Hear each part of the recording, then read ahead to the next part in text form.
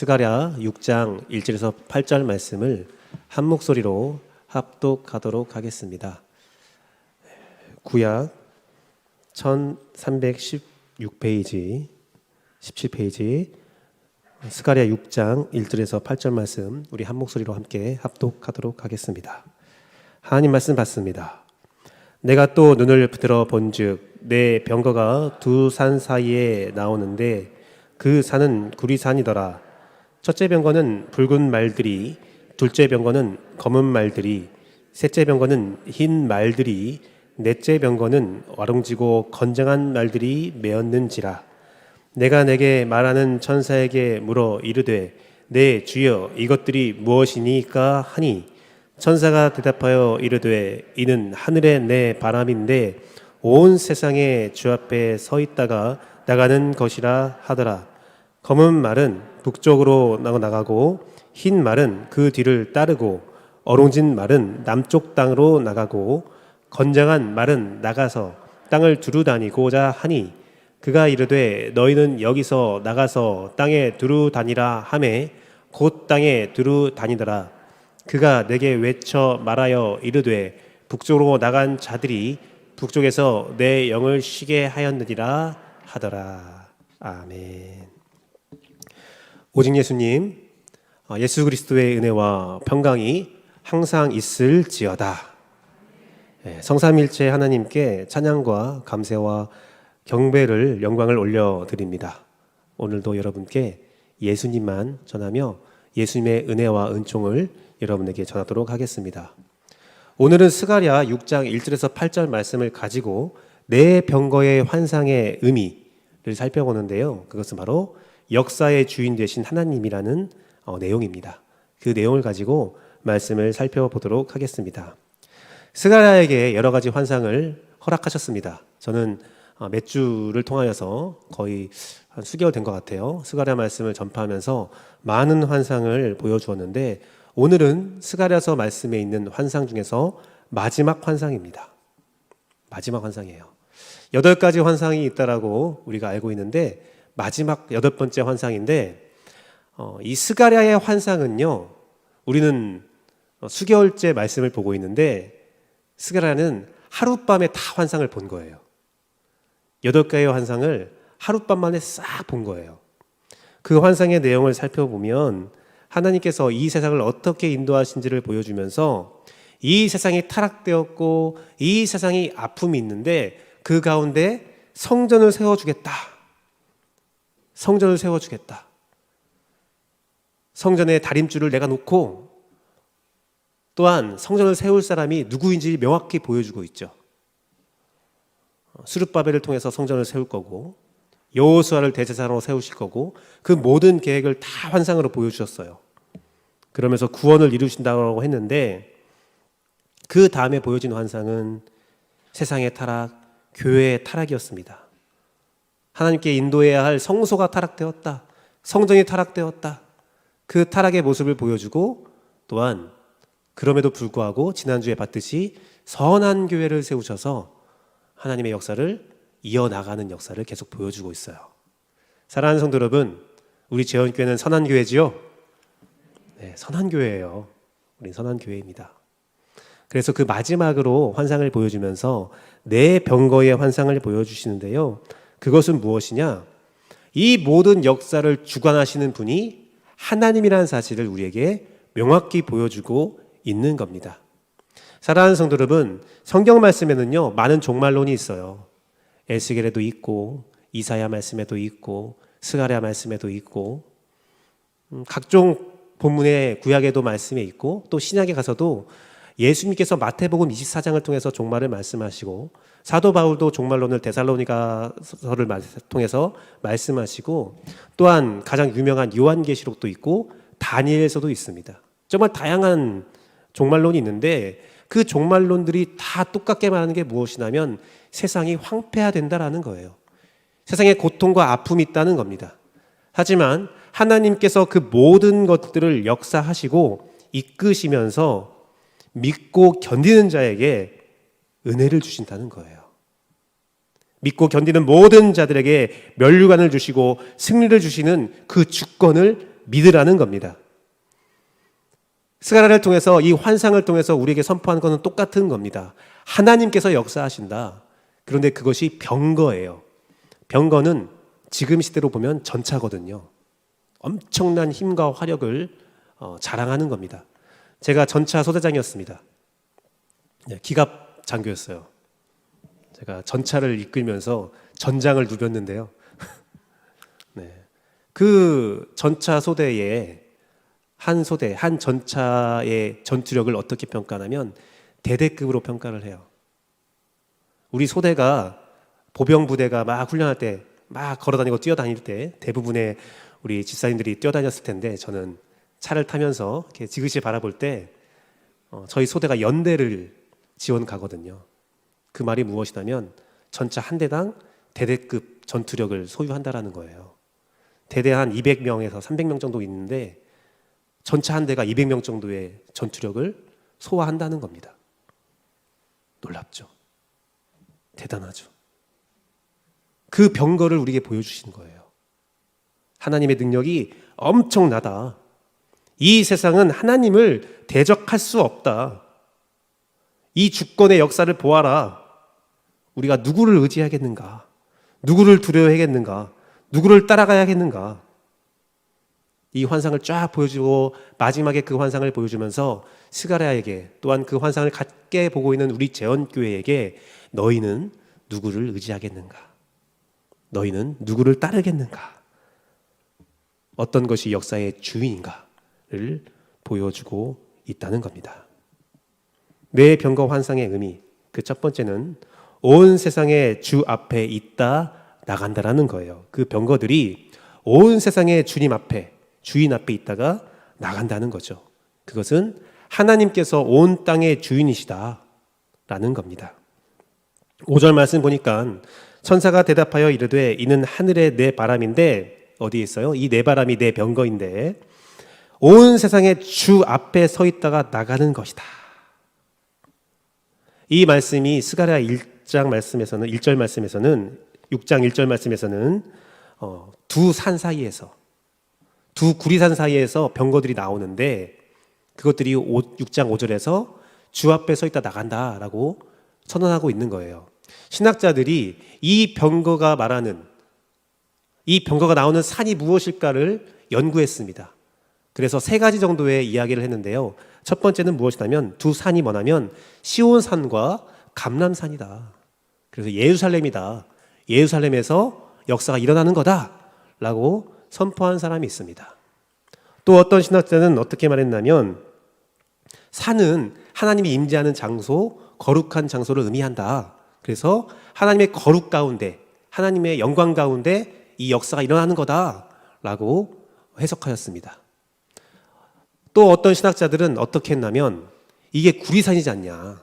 구리로 만들어진 거다. 이것은 성전 앞에 세워져 있는 입구의 두 개의 문, 야긴과 보아스, 그 논문을 의미하는 거다. 그럼 무엇이 맞을까요? 세 가지 말씀 다 의미가 있지만 제가 볼 때는 6장 5절 말씀을 비로 봤을 때 주 앞에 서 있다가 나가는 거거든요. 이 땅에 주님이 있는 곳이 어디입니까? 모든 곳에 있죠. 주님은 모든 곳에 있어요. 하지만 상징적으로 지성소에 계셨거든요. 성전에는 지성소에 주님이 계신 거예요. 하나님이 임재해 있는 겁니다. 그 성소 앞에 있는 성문, 야긴과 보아스 그 성문 앞에서 내 병거가 그 병거의 군사들이 쫙 도열해 서 있는 겁니다. 한번 상상해 보세요. 우리 10월 1일이 되면 옛날에는 그랬는데 지금은 많이 못 본 것 같은데 병거식이 있었어요. 열병식 있었어요. 저도 학군단 때 열병에 참석한 적이 있었거든요. 그 10월 1일 열병이 아니라 훈련이 다 끝나면 하계 이병 훈련이 끝나면 그 영별식을 쫙 하는데 이게 한 바퀴 운동장을 돌게 되어 있습니다. 근데 그것을 연습하기 위해서 한 2달을 연습해요. 2달 연습하는데 총을 딱 옆에 끼고 거의 가슴까지 껴서 총을 딱 한 일로로 세우고 손을 드는데 그냥 이렇게 들면 멀리서 보면 작게 든다는 거예요. 그래서 머리까지 들라고 이렇게 들거든요. 완전 군장 단독 군장을 차고 막 걸어가고 무릎은 거의 가슴까지 올리라고 막 쫙쫙쫙 걸어가는데 어깨선을 다 맞추고 발 올리는 선도 다 맞추고 키와 모든 것들 다 맞추거든요. 진짜 힘들어요. 발 착착착착 도는데 몇 분 안 걸리는데 보는 사람들은 와 멋있다 하고 있지만 그 안에 군인들은 아주 긴장하고 피와 땀이 흘러 있거든요. 제가 할 때 진짜 그것을 식을 딱 이행할 때 제 앞에 있던 애가 총을 흘렸어요. 총을 딱 흘려갖고 아이고 큰일 났다면서 하고 막 기합받았던 그 기억도 있는데 상당히 힘들거든요. 그런데 보는 사람은 어떻습니까? 구경하는 사람은 카타르시스를 느껴요. 어떻게 그 많은 인원들이 일렬로 착착착착착착 와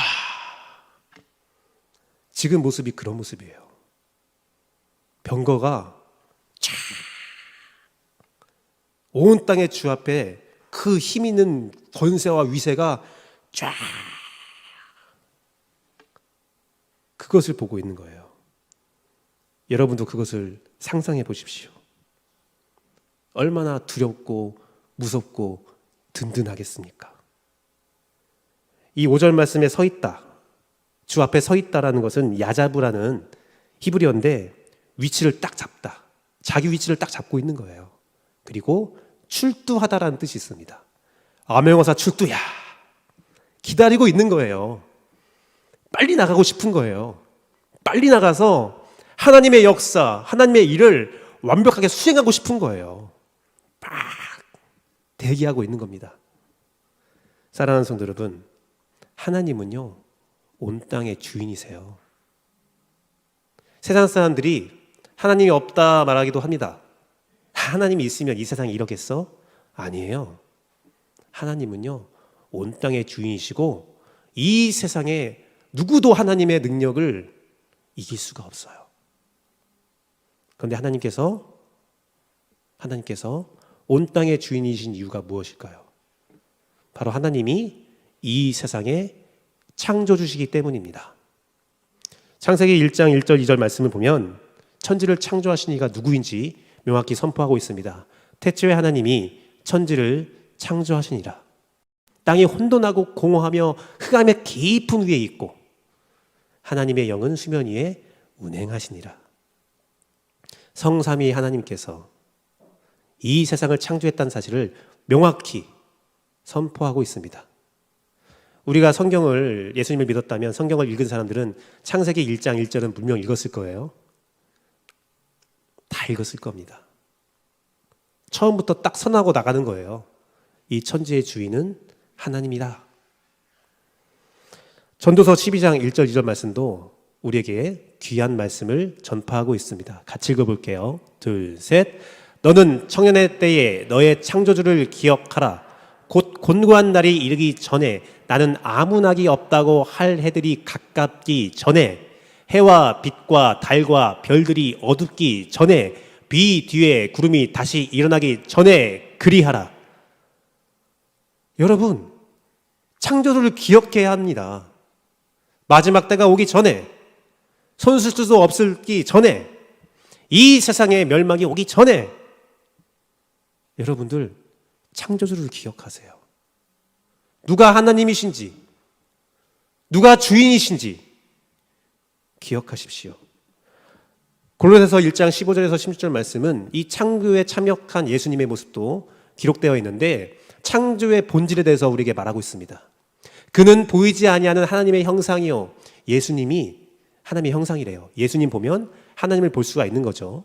모든 피조물보다 먼저 나신 이신이 16절 말씀이요.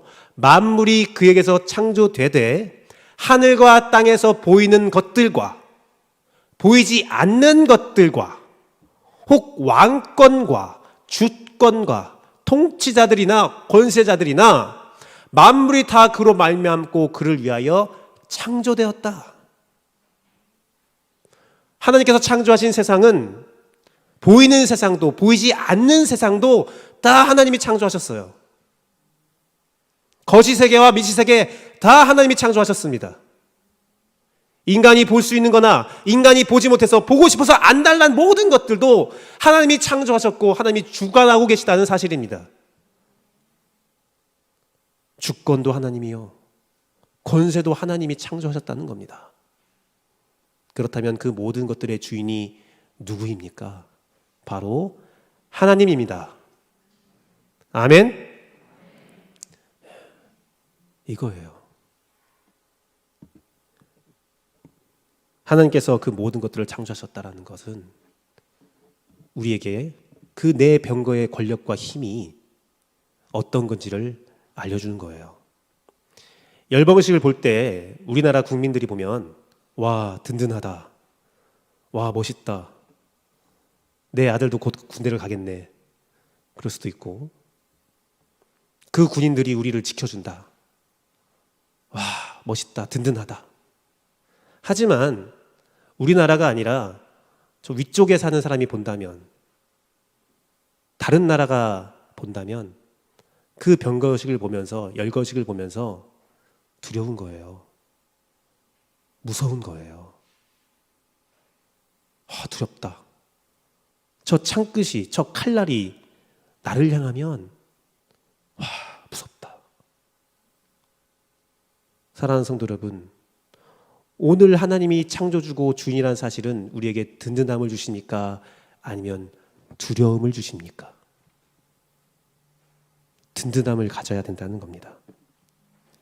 사랑하는 성도 여러분, 요즘에 많은 분들이 반려동물을 키우는 시대입니다. 그런데 옛날에 반려동물을 키우는 모습과 오늘날 반려동물을 키우는 모습이 조금 다른 것 같아요.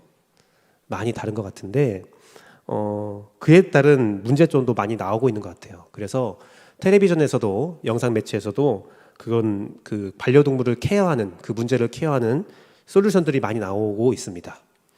저희 두 딸도 동물들을 엄청 좋아해요. 그래서 텔레비전만 키면 채널을 돌리다가 동물만 나오면 그렇게 보는 거예요. 제가 그래서 하루는 이렇게 말했습니다. 얘들아, 제발 사람 좀 보자. 사람 보고 싶다. 왜 내가 맨날 동물 봐야 되냐. 근데 또 보면 또 재밌어요. 이렇게 보고 있는데 대부분 내용들의 문제가, 반려동물의 문제가 주인을 주인으로 보지 않는데요. 재밌죠? 내가 주인인데 반려동물이 그 주인을 주인으로 여기지 않고 자기가 주인이라고 여긴대요. 서열을 나누는 품성이 있는데 서열이 자기가 최고 1등이라고 생각한다고 합니다. 그러면서 그런 막 좀 버릇없는 행동들을 한다는 거예요. 손님들을 막 짖거나 손님들을 물거나 주인까지도 물거나 뭐 그런 일들이 벌어진다는 겁니다. 아마도 많은 동물들이 자신의 주인을 엄마, 밥 주는 사람을 주인으로 여기고 있지만 다른 식구들은 자기의 종이나 자기의 친구로 여길 수도 있습니다. 그럴 때에 어떻게 하는 것이 해결책이냐면 주인이 누구인지를 명확히 알려주고 학습하는 게 중요하대요. 그래서 한 전문가는 개는 개처럼 키워다라고 말을 했다고 하는데요. 어떻게 하냐면 그 강아지가, 그 반려동물이, 강아지 같은 경우입니다. 나를 주인으로 여기는 것을 어떻게 실험할 수 있냐면 그 배를 보이게 딱 눕혀놓으면 강아지가 어떤 반응을 보이는데 배를 보였을 때 고개를 싹 돌린대요. 그러면 나를 무서워하는구나. 아니요, 기분 나쁜 거래요. 주인으로 보지 않다고 합니다. 물거나 앙탈을 부리면 주인이 아니래요. 서열이 내가 낮은 거죠. 그런데 배를 딱 놨을 때에 그 강아지가 지그시 나를 바라보면서 꼬리를 이렇게 말고 순종의 모습을 딱 보이면, 얌전히 있으면 이 사람은 내 주인이야 라고 인식하는 거래요.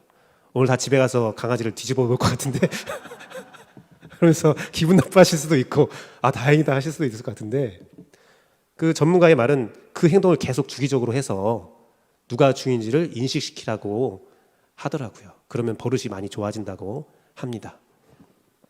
주인이 누구인지 알지 못하면 대드는 거예요. 문제가 발생되는 거예요. 제가 일을 할 때 사장과 굉장히 친했습니다. 농담도 주고받으면서 되게 친했는데 정말 농담을 주고받는데 하루는 사장님께서 이런 말씀을 하는 거예요. 월급을 다 준 다음에, 제가 목사인 거 알고 있었거든요. 제가 목회하면서 일을 하는 거 알고 있었거든요. 사장님이 김 목사, 그래서 평소에는 다르게 불렀는데 왜 갑자기 목사라 부를까? 딱 갔더니 김 목사, 야 11조 내지. 그러니까 예 내고 있습니다. 야, 내가 너를 먹여 살리는데 나한테 내야 되는 거 아니냐? 딱 하는 거예요. 자, 그래서 그러네요. 사장님 맞네요. 제가 지금부터 사장님께 11조를 낼 테니까 사장님 먹여 살리는 것은 하나님이시니까 사장님의 매출에 대한 10분의 1을 저희 교회에 내면 되겠습니다. 사장이 계산해 보더니 됐다 말씀하시는데 11조는요 내 것을 드리는 게 아니에요. 11조의 시작이 어떻게 됐냐면 아브라함 때 시작되잖아요. 하나님이 만든 게 아니에요. 11조는 그 당시의 문화였습니다. 어떤 문화였냐면 왕이 있고 영주들이 있잖아요. 부하들 있잖아요. 왕이 하루는 처 영지를 점령하고 싶어요. 그러면 자기 부하 중에 한 명을 딱 세워서 처의 영지를 첫 땅을 점령해라. 가서 점령을 합니다. 그러면 그 땅에 나오는 모든 것들, 그 땅을 지배하고 있던 사람들의 모든 부장품들, 그 모든 것들이 그 왕의 것이 아니라 왕의 부하 것이 돼요. 그런데 한 가지 약속이 있어요. 그 모든 것을 누리기 위해서는 왕에게 10분의 1을 바쳤어야 됐어요. 10분의 1을 바치지 않으면 많은 부하들 중에 한 사람을 처 영주는 배신자다. 처 영주는 나를 인정하지 않는다. 네가 가서 다 점령하고 처 영주의 것까지 다 네가 가져. 전쟁을 수행하는 거죠. 살아남으려면 10분의 1을 바치고 나머지 10분의 9를 누리는 거예요. 말라기 말씀에 11조를 내면 창고가 차는 것을 봐라라고 했는데 그것은 11조 내면 물질의 축복이 막 많을 거야가 아니라 내가 지금 받고 있는 것들 10분의 1을 들어야 10분의 9가 온전히 내 것이 되는 거예요. 그러지 않으면 10분의 9도 내가 도둑질하고 살고 있는 거거든요. 사랑하는 성도 여러분, 마음이 가는 곳에, 물질이 가는 곳에 나의 마음의 주인이 향한다고도 되어 있어요. 사랑하는 성도 여러분, 여러분을 먹여 살리는 것, 여러분의 주인은 누구입니까? 열병식을 보면서 우리는 두려워해야 됩니까? 아니면 안심해야 됩니까? 하나님의 군세를 보면서 우리는 어떠한 마음을 품을 수가 있겠습니까? 우리의 물질의 주인, 생명의 주인. 어떤 분은요, 자신의 시간의 11조도 드린대요. 하루를 계산해서 11조를 기도와 예배와 말씀 묵상으로 드려야 한다라고 주장하시는 분도 계세요. 그래야 오늘 하루를 온전히 내가 쓸 수 있다는 거예요. 사랑하는 성도 여러분, 내 병거 환상의 의미, 하나님의 열병들을 보면서 그 열병들이 선포하는 게 온 세상의 주 앞에 있다가 나간다. 온 땅의 주인은 하나님이시다. 나를 창조하신 분, 나의 주인은 오직 하나님이다. 고백하는 여러분 되십시오. 두 번째는 하늘의 내 바람이다 라고 선포되어 있습니다. 순간 두 번째를 까먹을 뻔했어요. 여러분의 아멘 소리가 너무 커서 감사합니다. 힘이 납니다. 하늘의 내 바람이다. 그것은 온 땅에 임한 하나님의 능력, 성령님의 능력을 의미합니다. 하늘의 내 바람이다. 5절 말씀 보니까 천사가 대답하여 이르되 이는 하늘의 내 바람이다. 내 바람이다.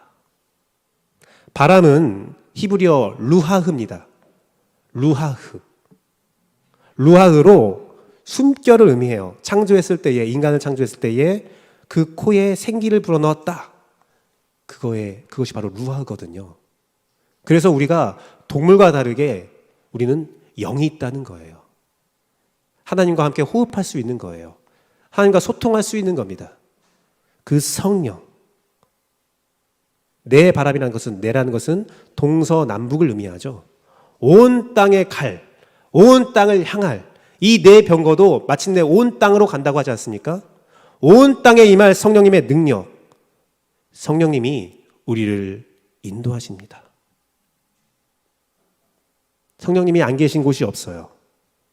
히브리서 2장 3절에서 4절 말씀 보니까 우리가 이같이 큰 구원을 통하여 여기면, 등한시 여기면 어찌 그 보응을 피하리요. 이 구원을 우리가 등한시 여기면 안 된다는 거예요.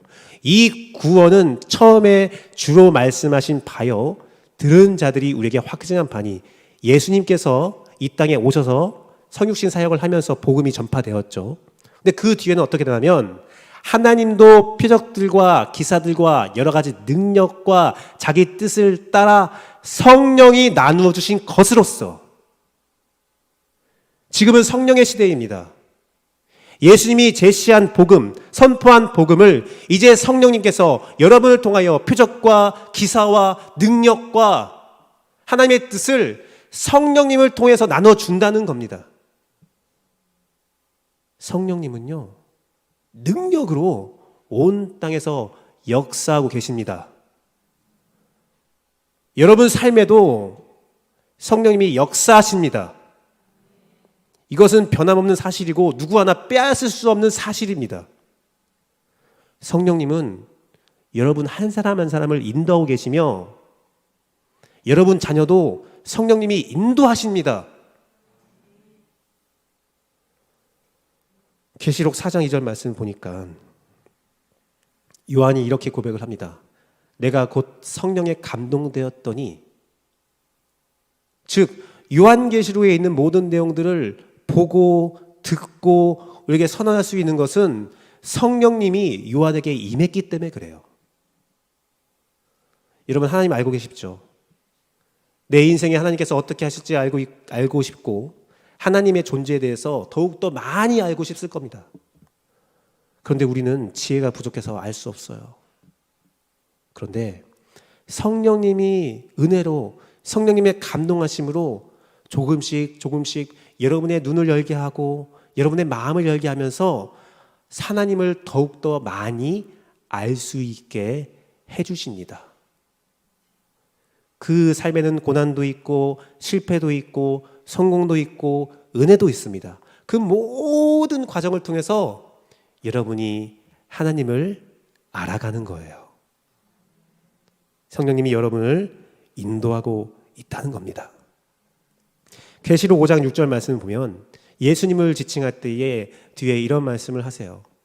그에게 7뿔과 7눈이 있으니 이 눈들은 온 땅에 보내심을 받은 하나님의 7영이더라. 성령님이 여러분을 눈동자처럼 바라보시면서 온 땅에서 역사하십니다. 나는 성령님의 역사에 떨어져 있는 사람이 아니에요. 아주 밀접하게 관계 맺고 있고 여러분들이 성령님이 거하시는 하나님의 전주를 알지 못하느냐? 여러분 안에 성령님이 역사하고 있다는 사실입니다. 그것을 고백할 때 성령님은 더욱더 크게 역사할 것을 믿습니다. 사랑하는 성도 여러분, 바람은요 공기의 움직임이거든요. 근데 바람은 압력이 높은 곳에서 낮은 곳으로 이동해요. 근데 이 바람을 창조하신 이가 누구입니까? 바로 하나님이시죠. 하나님이 이 땅을 창조했기 때문에 이 땅에 창조된 모든 일반 은총, 모든 과학, 자연을 통해서 하나님의 성질을, 하나님의 형상을 우리가 발견할 수 있는데요. 이 바람을 통해서 하나님의 성령님의 성품을 너무나 잘 알 수 있어요. 너무나 일치돼요. 놀라울 정도로 일치하고요. 이 바람을 보면 왜 성경에서 성령님을 바람으로 묘사했는지를 알 수가 있습니다. 바람은요, 공기의 움직임이 때문에 어디에나 있다는 겁니다. 높은 곳에서 낮은 곳으로 간다고 했잖아요. 높은 곳에서 낮은 곳으로 임하시는 성령님이십니다. 그리고 어디에나 있으신 성령님이십니다. 바람이 없다는 것은 공기가 없다는 것이고 그것은 죽음의 상태를 의미합니다. 성령이 없다면 우리는 영적으로 죽은 거예요. 때로는 바람은 굉장히 강력합니다. 2021년 6월 21일에 시카고에서 토네이도가 한번 싹 불었는데 집 200채가 날아갔대요. 바람 한번 불면 집 200채 날려버리는 것 쉬운 일입니다. 성령의 능력은 그만큼 강력합니다.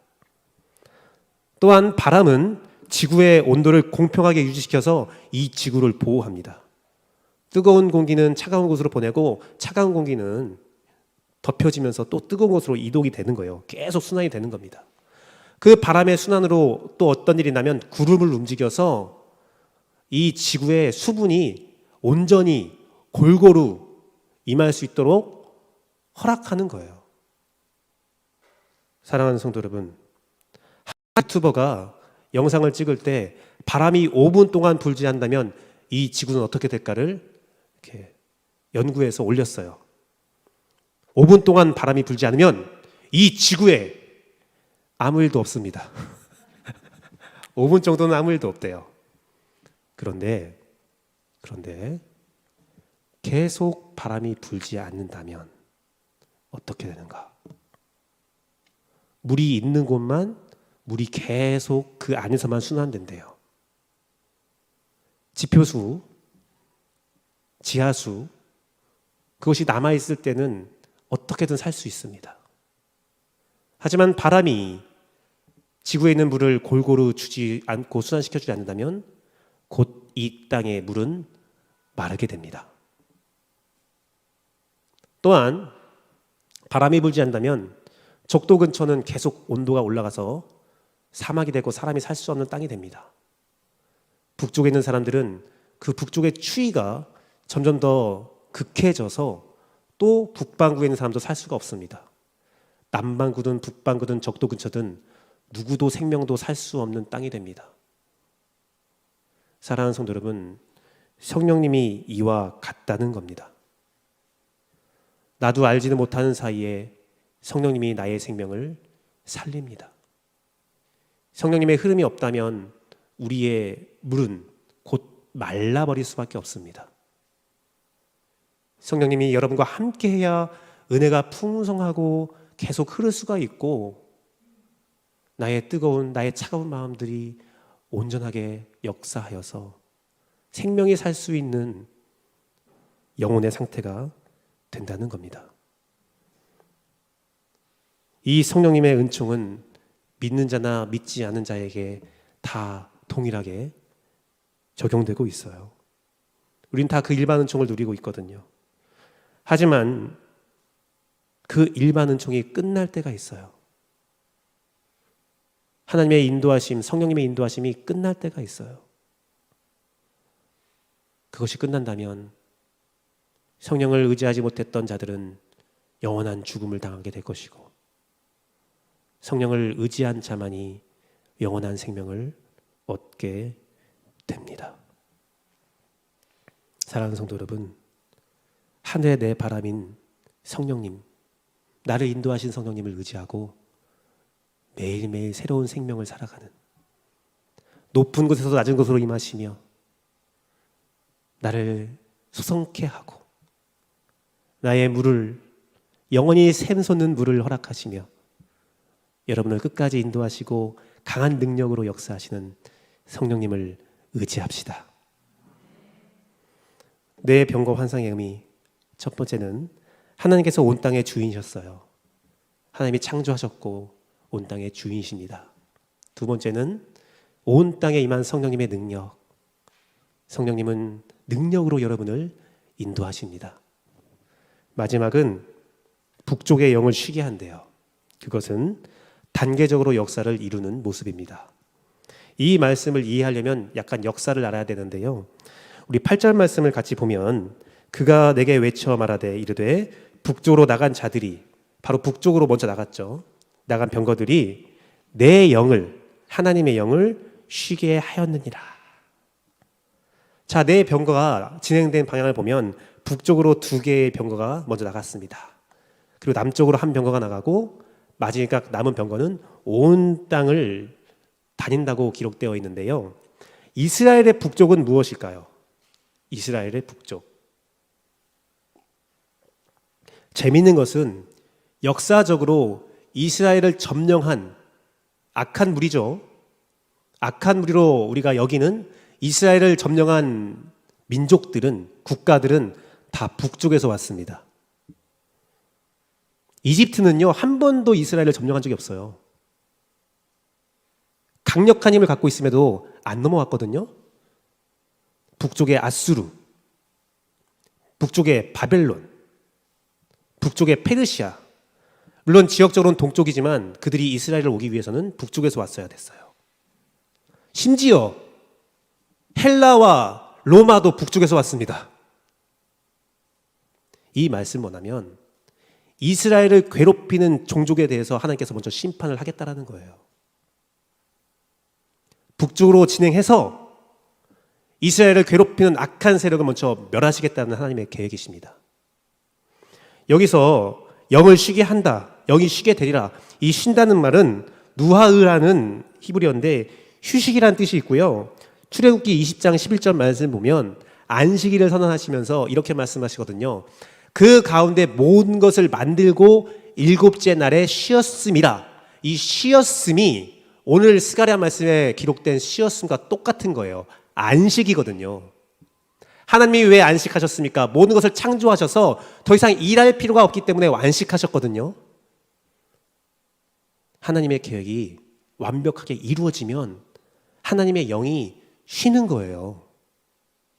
더 이상 일할 필요가 없거든요. 북쪽의 일을 완수하겠다는 겁니다. 그런데 북쪽의 일이 완수가 되면 모든 역사가 끝납니까? 아니에요. 북쪽의 일을 완수하면 이제 남쪽에 간 병거가 일을 완수하고 온 땅에 있는 병거가 일을 완수하겠죠. 하나님의 역사는요, 단계적으로 이루어져요. 동시다발적이기도 하지만 단계적으로 역사가 이루어져요. 마태복음 24장 30절, 36절 말씀 보면 예수님의 종말론이죠. 예수님이 이렇게 선언합니다. 그때의 인자의 징조가 하늘에서 보이겠고, 징조를 먼저 보이겠고, 그때의 땅의 모든 족속들이 통곡하며, 북쪽의 족속들이 통곡하는 거예요. 그들의 인자가 구름을 타고 능력과 큰 영광으로 오는 것을 보리라. 모든 민족이 예수님이 오는 것을 보게 된다는 겁니다. 단계적으로 역사가 이루어져요. 30절 말씀 보니까 그러나 그 날과 그 때는 아무도 모르나니 하늘의 천사들도 아들도 모르고 오직 아버지만 아시느니라. 그 아버지만 아는 역사가 어떻게 이루어지느냐? 이사야 5장 19절 말씀입니다. 그들이 이르기를 그는 자기의 일을 속속히 이룬다는 거예요. 하나씩 하나씩 이루어서 우리에게 보게 할 것이며 이스라엘의 거룩한 이는 자기의 계획을 속히 이루어 우리가 알게 할 것이다. 계획이 있다는 거예요. 아, 너는 계획이 다 있었구나. 계획이 다 있다는 거예요. 에베소서 1장 11절 말씀. 에베소서 1장 11절 말씀을 제가 읽어드리겠습니다. 에베소서 1장 11절 말씀을 보면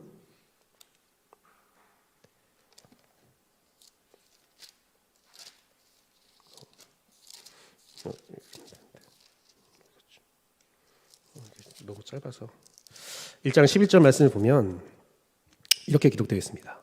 모든 일을 그의 뜻 결정대로 일하시는 이의 계획을 따라 우리가 예정을 입어 그의 안에서 기업이 되었으니 계획이 있다는 거예요. 계획에 따라 순차적으로 이루어지고 있다는 겁니다.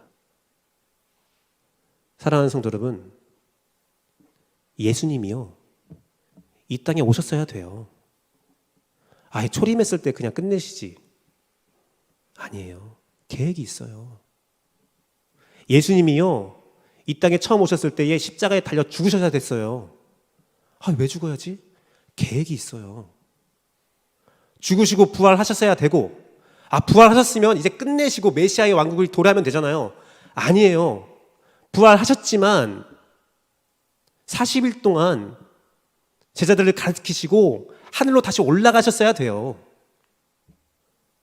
그래서 성령의 역사가, 성령의 시대가 열리고 오늘날까지 우리가 주님의 때를 살고 있는데 다 계획대로 이루어지고 있고요.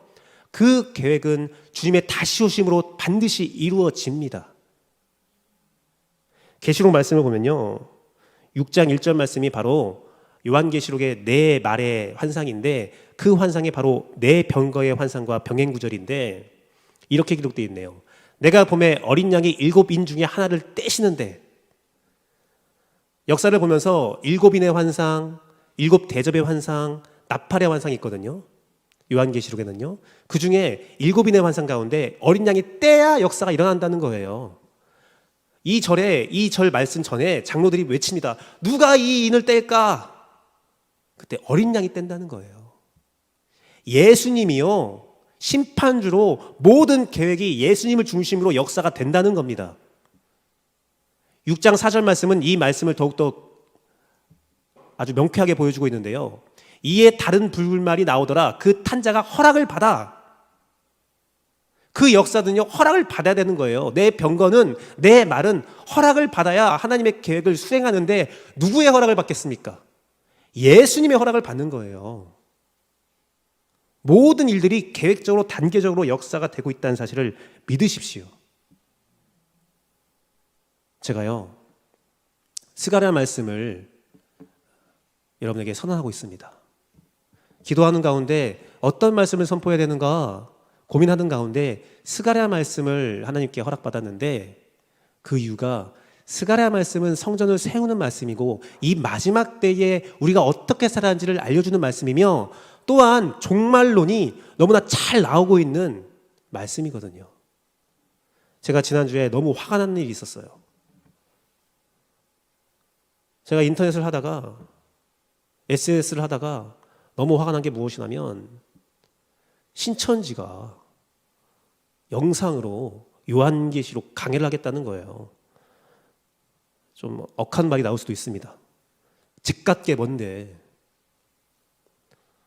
계시록의 비밀을 모른다고?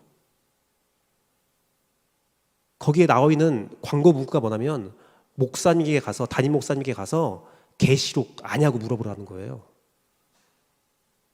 기가 차요, 기가 차. 그들이요,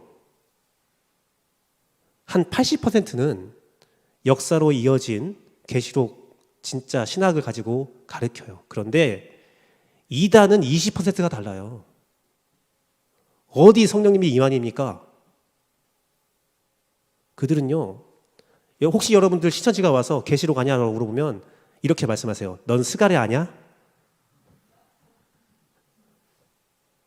넌 마태복음 24장 아냐?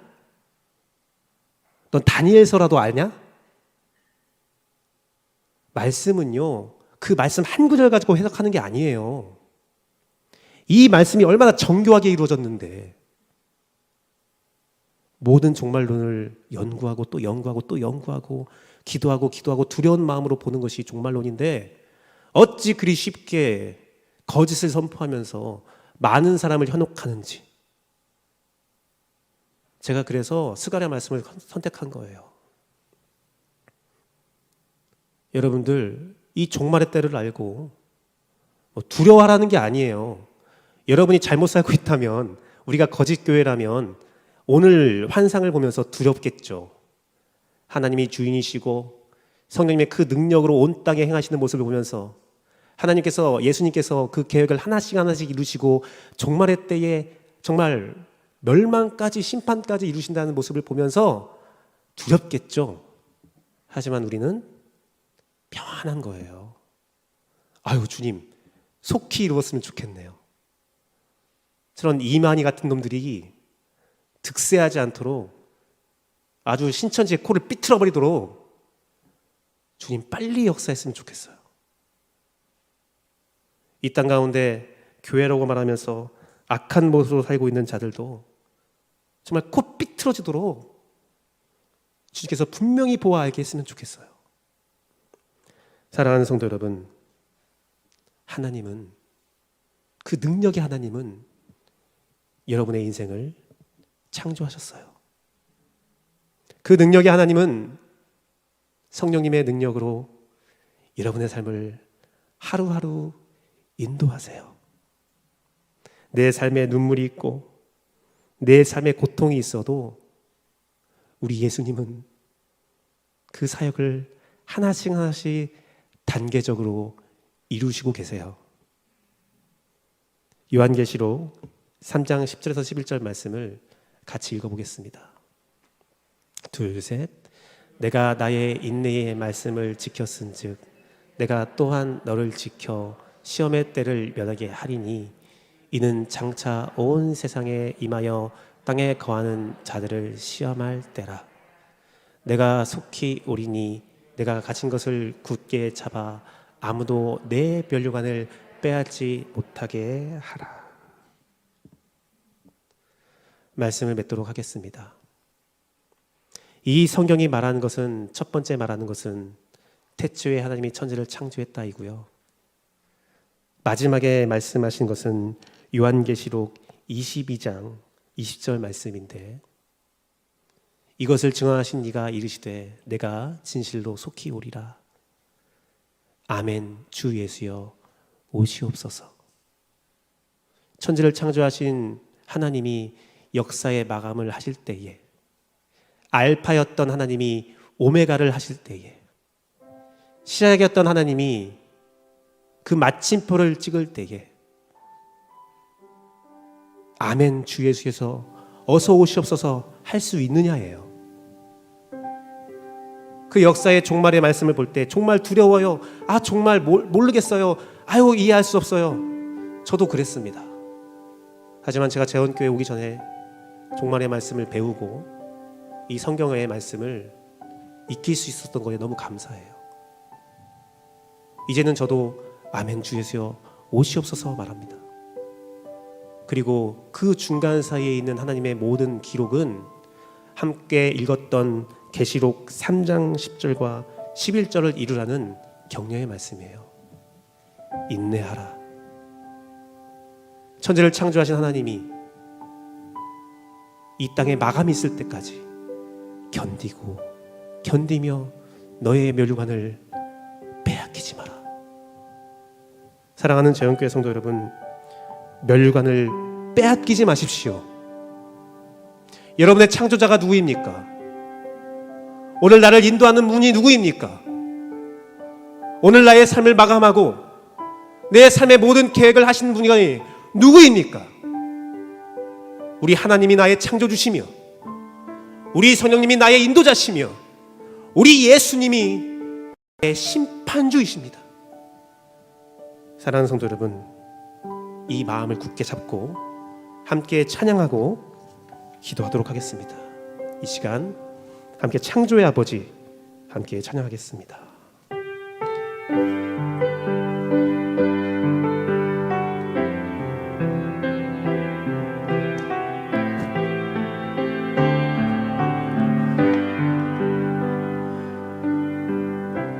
창조의 아버지,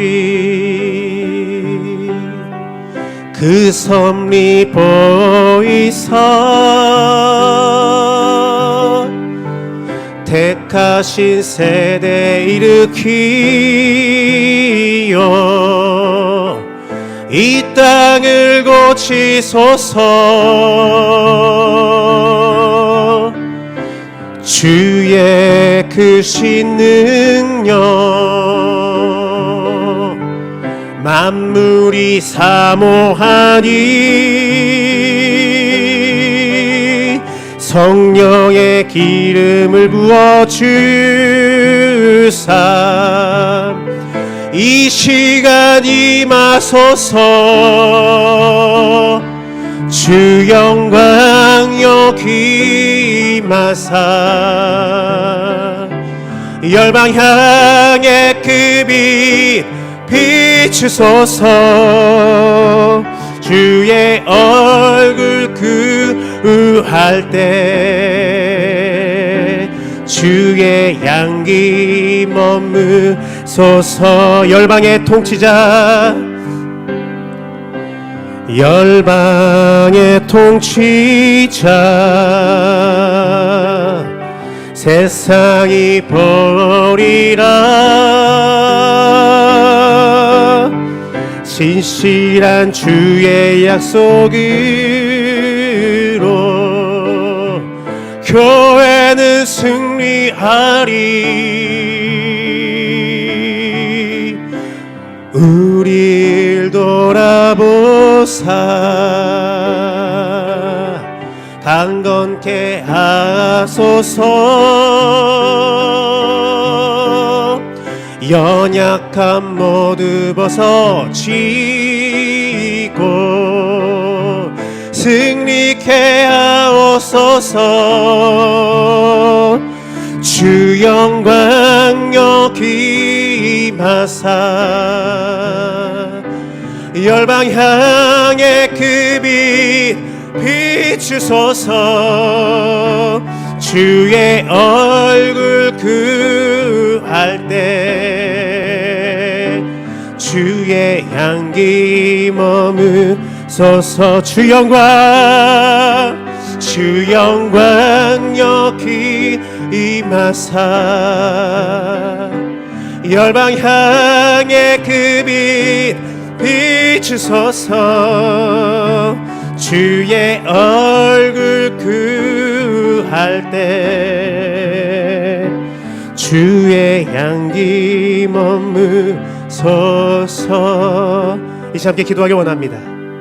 내 병거의 환상, 힘과 능력의 하나님의 환상, 그것은 하나님이 온 땅의 주인이라는 사실입니다.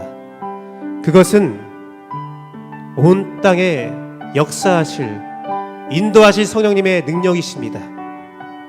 그것은 단계적으로 역사를 이루실 예수님의 심판주 예수님의 주권하심이십니다. 주님은 이 마지막 때에 교회를 사용한다 하셨어요. 이 마지막 때에 여러분이 쓰임 받습니다. 우리가 쓰임 받기 위해서, 멸류관을 얻기 위해서 나의 주인, 나의 창조주는 주님이시라. 나를 인도하실 분은 오직 성령님이시라. 나를 심판하실 분은 오직 심판주 예수님이시라. 함께 말씀을 가지고 기도하겠습니다. 기도하시겠습니다.